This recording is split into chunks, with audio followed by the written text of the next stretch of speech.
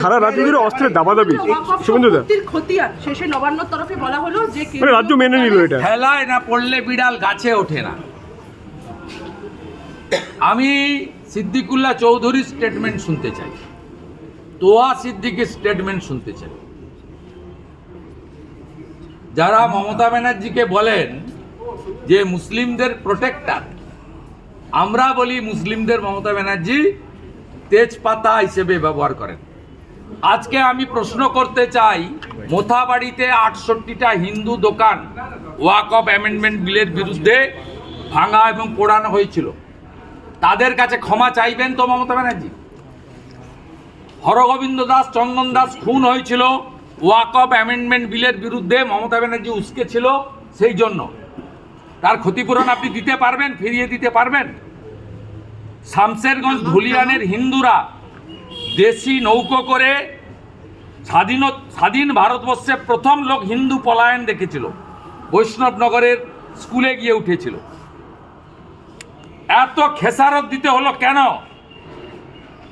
আর আপনি ওয়াকফ amendment bill, তার আইন মেনে নিয়েছেন, মানতে তো বাধ্য।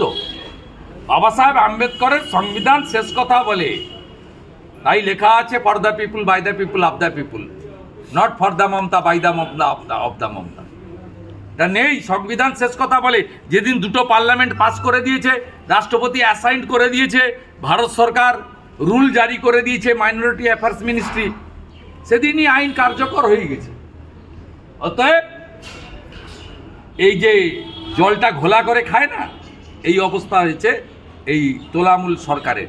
আমি শুধু মুসলিমদের বলবো যে আপনারা যারা মিছিল মিটিং করলেন এইখানে রামলীলা ময়দানে, সিদ্দিকুল্লাহ চৌধুরী বলেছিল প্রথমে জেলায় জেলায় ঘিরব, 2000 করে লোক বসাবো 50টা জায়গায়, আর কলকাতাকে নাকি তিনি 15 মিনিটে হিলিয়ে দেবেন, স্তব্ধ করে দেবেন। ওই একই আর কি, এখন মমতা ব্যানার্জি হিলিয়ে দেবে বলছে, তিনি স্তব্ধ করে দেবেন, একই আর কি, ওই সমার্থক শব্দ, সিনোনিমাস।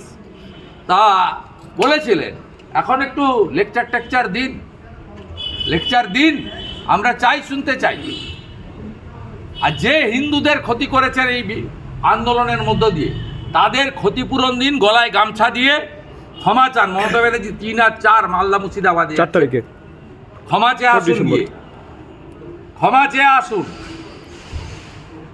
আর মুসলমানরা যদি সত্যিকারে ওয়াকফ অ্যামেন্ডমেন্ট বিল গ্রহণ না করে থাকেন, তাহলে মমতা ব্যানার্জিকে বয়কট করে দেখান যে আপনারা ওয়াকফ অ্যামেন্ডমেন্ট বিলের বিরোধী। আর যদি মমতা ব্যানার্জির এই চালু করা মেনে নেন, তাহলে বুঝতে হবে যে আপনাদের আন্দোলন ছিল ওয়াকফ অ্যামেন্ডমেন্ট বিলের বিরুদ্ধে নয়, সাধারণ গরিব নিরীহ হিন্দুদের বিরুদ্ধে।